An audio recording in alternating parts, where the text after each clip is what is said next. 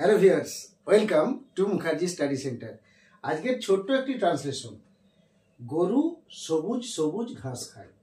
তাহলে এই বাক্যটিকে আমি 4টি অংশে বিভক্ত করে প্রত্যেকটি অংশকে আমি টুকরো টুকরো টুকরো করে আপনাদের সামনে উপস্থাপন করার চেষ্টা করছি। দেখুন, প্রথমে গরু। তাহলে গরু অর্থে আমরা কি বলবো? দেখুন জাস্ট বিষয়টি, আমরা গরু অর্থে কি বলবো? কায়েস, কায়েস বলবো, অথবা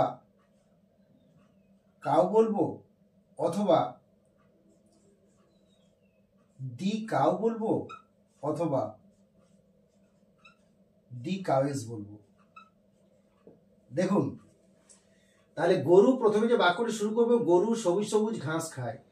তাহলে গরু অর্থে কি বলবো? প্রথমে কি শুরু করবো? কাউয়েস দিয়ে শুরু করব, না কাউ দিয়ে শুরু করব, না দি কাউ দিয়ে শুরু করব, না দি কাউয়েস দিয়ে শুরু করব? দেখুন, এই ক্ষেত্রে বলে রাখি, গরু সবুজ সবুজ ঘাস খায়, এটা কিন্তু প্রত্যেকটি গরুই কিন্তু সবুজ সবুজ ঘাস পছন্দ করে। অর্থাৎ সমগ্র গরুর যে জাতি, সেই জাতিকে এখানে নির্দেশ করা হচ্ছে। সুতরাং জাতি অর্থে আমরা কি জানি? এখানে কিন্তু দি কাউকে, অর্থাৎ দি কাউকে প্রয়োগ করা হবে, যেখানে সমগ্র গরু জাতিকে নির্দেশ করা হচ্ছে। সুতরাং আনসারটা হলো কি? The cow, the cow. এরপর দেখুন, এরপর ভার্বে আসছি খাই, অর্থাৎ খাই। তাহলে খাই অর্থে এখানে আমি কি করব? এখানে কি খাও অর্থে ইএটি ইট প্রয়োগ করব? দেখুন, এখানে কি খাওয়া অর্থে আমি ইএটি ইট ইট প্রয়োগ করব, নাকি টিএকে টেক প্রয়োগ করব? দেখুন, ইট বানাও খাওয়া, টেক বানাও খাওয়া। তাহলে গরু ঘাস খায়, তাহলে এই অর্থে ইট করব না টেক করব? দেখুন, এই অর্থে আমি নিঃসন্দেহে টেক না করে আমি ইট করব। এরপর দেখুন, যেহেতু দি কাউ করা হচ্ছে, অর্থাৎ গরু সমগ্র প্রজাতিকে নির্দেশ করা হচ্ছে, সুতরাং এই ক্ষেত্রে কিন্তু আমি এটাকে সিঙ্গুলার নাম্বার তথা এক বচন ধরব, যার ফলে আমি বাক্যটিকে কি করব? ভার্বের সঙ্গে এস যুক্ত করব। কারণ আমরা জানি যে বাক্যটি প্রেজেন্ট ইনডেফিনিট টেন্সে দেয়া আছে। সুতরাং প্রেজেন্ট ইনডেফিনিট টেন্সে থার্ড পারসন এবং সিঙ্গুলার নাম্বার যদি হয়, সেই ক্ষেত্রে আমরা কিন্তু এস অথবা ইএস এ যুক্ত করি মেইন ভার্ব বা প্রধান ক্রিয়াপদের সঙ্গে। সুতরাং আমি এই ক্ষেত্রে করব কি? দ্য কাউ ইটস, অর্থাৎ দি কাউ ইটস, অর্থাৎ গরু খায়। এরপর কি খায়? ঘাস খায়। তাহলে দেখুন, ঘাস, এই ঘাস অর্থে আমি কি করব? দেখুন, ঘাস অর্থে আমি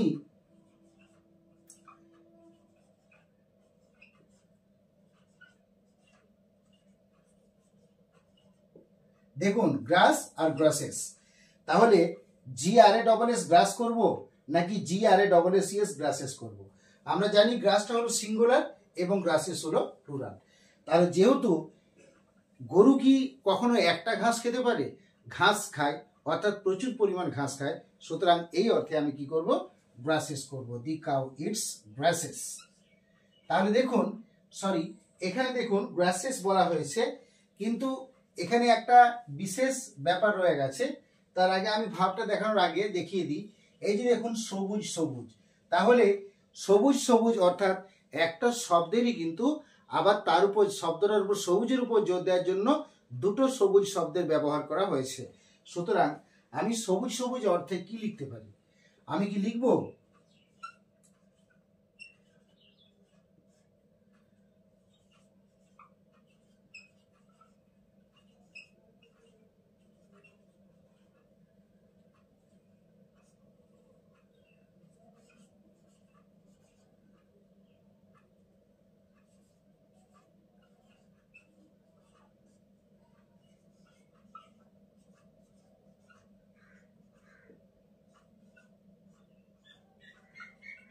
দেখুন, আমি এখানে সবুজ সবুজ অর্থে আমি কি লিখব? আমি কি গ্রিন লিখব, নাকি গ্রিন গ্রিন লিখব, নাকি GREENER গ্রিনার লিখব, নাকি গ্রিন ইন কালার লিখব? এই চারটির মধ্যে গ্রিন, গ্রিন গ্রিন, গ্রিনার এবং গ্রিন ইন কালার, এর মধ্যে কোন অর্থটাকে সবুজ সবুজ অর্থের জন্য কোন অর্থটা উপযুক্ত হবে। দেখুন এই ক্ষেত্রে আমি বলে দিই, এই ক্ষেত্রে আমি কিন্তু এইভাবে করতে পারি যে দেখুন আমি বলতে পারি দ্য কাউ ইটস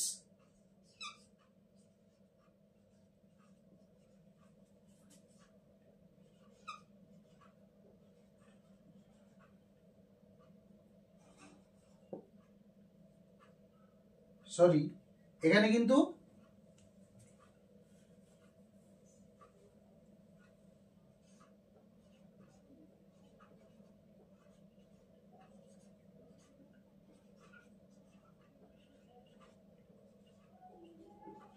দেখুন এই ক্ষেত্রে আমি এটা বলতে পারি দ্য কাউ ইটস গ্রিন অথবা গ্রিন কালার্ড অথবা গ্রিনার, এরপরে কি না ঘাস। তাহলে ঘাস অর্থে আমি কি করব দেখুন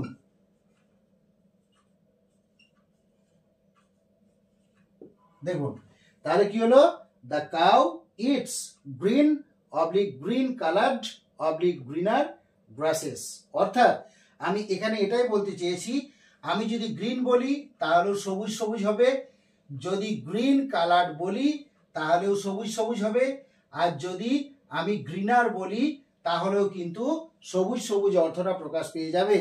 সুতরাং গরু সবুজ সবুজ ঘাস খায়, এই ক্ষেত্রে আমরা নিঃসন্দেহে বাক্যটিকে এইভাবে লিখব the cow it's green oblique green coloured oblique greener grasses.